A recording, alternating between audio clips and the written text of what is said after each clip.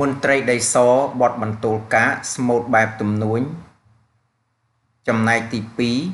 2ចំនួន5វគ្គវគ្គទី6ដល់ទី10ក៏រុងយ៉ាប់ហួងគួរតែទៅបួងបវកំព្រៀនកំដបង្ហិនដីសបាអាយវត្ត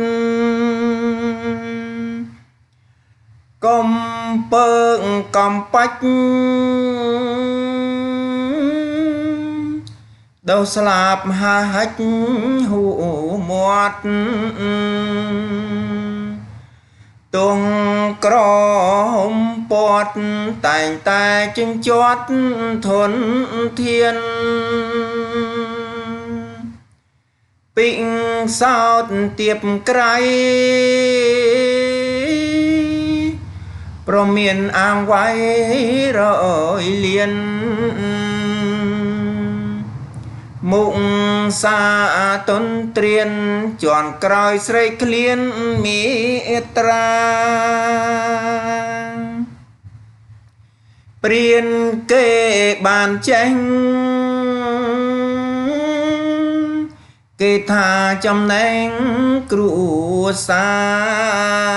រពូជពងបានការក្លឹមខ្លួនអាចារ្យសំលាគិតសាជាថ្មីចំណេញសំដីមិនខ្ជាមិនគូលីលារៀនយកវិជ្ជារួចទុកបាទកាបនេះសរសេរនៅថ្ងៃទី10ខែវិច្ឆិកាគ្រិស្តសករាជ2022ដោយ Wo Bono ស្មូតនឹងរក្សាសិទ្ធិគ្រប់យ៉ាងដោយបាប៊ូនីបរិញ្ញាបត្រជាន់ខ្ពស់អក្សរសាស្ត្រខ្មែរ